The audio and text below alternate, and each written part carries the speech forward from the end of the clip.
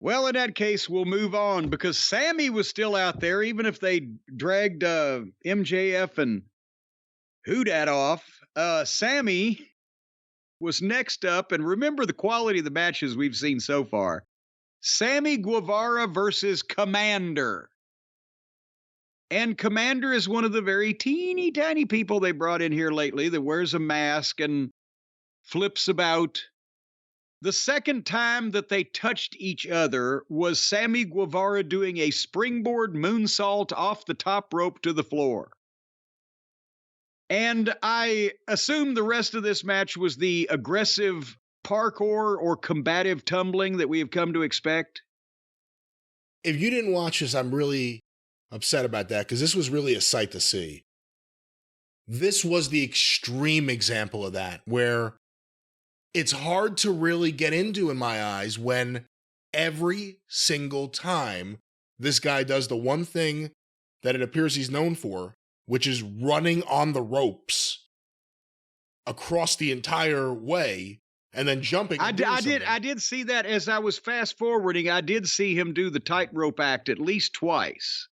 And I watched in regular speed the one where he went complete from one side to the other. Well, he did it more than twice, and every time Sammy had to, when he was on the mat, he would have to lay there, and you could tell he's like, come on, let's go.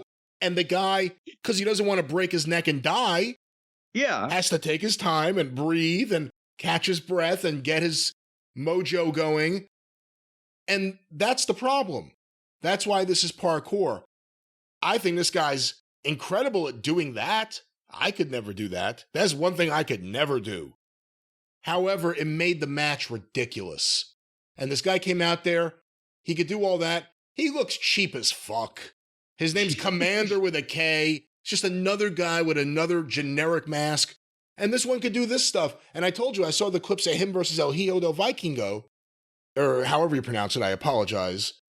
This was what I kept seeing. It was just, I'm going to pause. Let me bring my hands together. Let me breathe. Let me pray. Let me just run. This isn't professional wrestling. They actually look like the divers, the competition diving from the high board, where they come out to the end of it and they look and they contemplate everything and then they walk back and then they run and do their move. It's a trapeze act. Instead of a pool of water, it's a fucking human being standing there waiting to catch them. You know, everyone always said wrestling's like the circus. This is the trapeze act.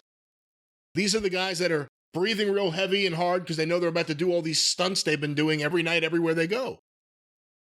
But when I was a kid, you got the dancing bears and you got the clown car and you got the trapeze and you got the elephants. You got all rather than just over and over with the trapeze, where by the time the circus is over, you've seen through everything. You figured out how they're doing it. So you didn't want to see this match? The fact that Kommander came out there to wrestle Sammy, you weren't intrigued at all about what was going to happen? No, I wasn't. He ain't in command of me.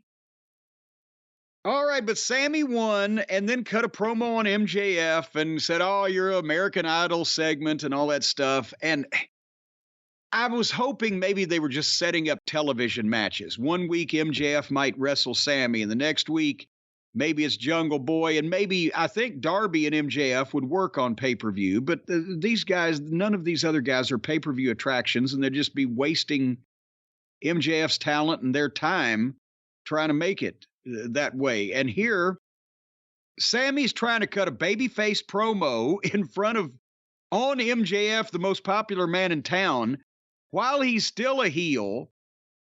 So he's got to try to talk reasonably about how he can build the case that he can beat MJF and that MJF didn't beat him last time. It was interference.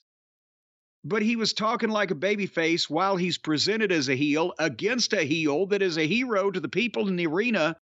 And they didn't really boo him out of the building like they do Dominic Mysterio. They just didn't give a shit about what Sammy was saying. And by the time that he got worked up at the end and went full heel and said shitty Long Island, and they were booing him a little bit, it was just like, we don't want to get the fuck out of here. We don't want to hear it. We're not interested. Is that the way you took it? This went way too long. Yes. At various points, just wandering.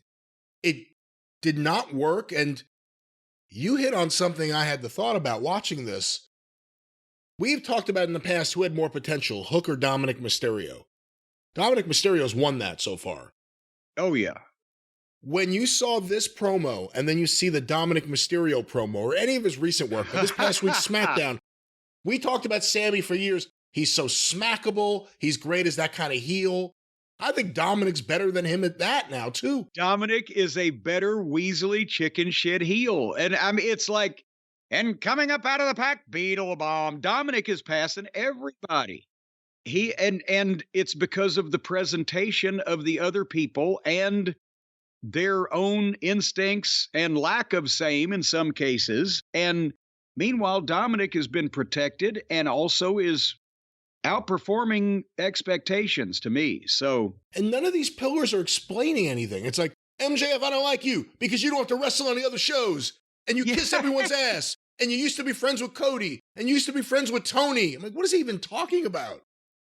What is the problem with MJF? Just, it seems everyone's problem with the heel is just that he's successful and they're not. Yes, it's because it's the whiny locker room being reflected on the program. Here you've got a guy that's a fucking dick and doesn't care who knows it or thinks about it.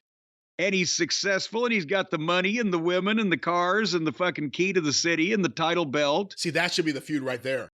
One at a time. He steals Anna Jay. Then he steals Ty Mello. Now he's got the two girls. Then he steals Sting and he wipes the face paint off his face. There you go. Now the pillars really want to get him. They're not going to do that with Sting, by the way. They're going to save that for Wembley. But that's the thing is that they're not telling stories about betrayal and fucking, the jealousy and revenge. They're, I don't like you. They're talking like they talk to each other in the back. He just said mean things to me and he don't like me and he doesn't have to try as hard as I had to try. And just these little pissy problems that this fucking locker room thinks is actually normal human problems. And that's why they're not getting anywhere. But when these guys come out there and say, MJ, you're such a kiss ass. Who? We've never seen him do that on the show. Whose ass is he kissing that they're referencing? Yeah, well, it has to be Tony's because he's the only ass that they've been told is important enough to kiss. And there's again, that just means that anything that happens, Tony's responsible for because he's the only one that ever takes credit for anything.